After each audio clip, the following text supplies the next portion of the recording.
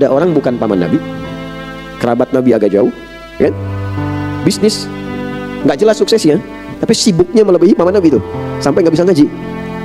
Ini masih hafal 200 hadis. Dan lihat ya, ketika keberkahan melekat kepada pekerjaan, maka keberkahan itu akan berdampak sinar-sinar kebaikan pada semua anggota keluarga. Jadi begitu kesuksesan diiringi oleh keberkahan, keberkahan itu jadi sinar ke semua anggota keluarga. Tiba-tiba semua anak jadi baik semua. Itu rumus itu. Jadi kalau orang tuanya kerjanya benar, hartanya halal, kemudian diniatkan sebagai ibadah, itu begitu dapat, apa yang dimakan oleh anak itu bukan sekedar makanan, jadi cahaya, jadi daging, itu menggerakkan anak untuk kembali merubah dirinya dekat dengan Allah, otomatis itu. Maka anak pertama beliau, Fudail, itu langsung menjadi asisten Nabi, yang membawakan nampan untuk wudhu Nabi sebelum meninggal itu Fudail radhiyallahu ta'ala anhu. Ya, sampai kemudian Nabi wafat di pangkuan Sayyidah Aisyah radhiyallahu ta'ala anha.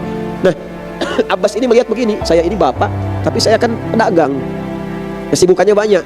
Saya mesti ada anak saya ini, dari anak saya yang saya siapkan melebihi saya dalam hal pemahaman kepada agamanya. Maka disiapkanlah kemudian Abdullah yang paling kecil diinvestasikan.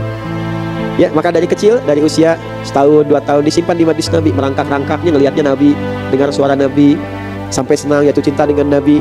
Secara singkatnya, karena perjalanan yang lekat ini, Nabi meninggal, usia beliau baru kisaran 13 tahun kurang lebih. Itu sudah hafal hadis 2000 hadis. Ayahnya 200, bapaknya 2000.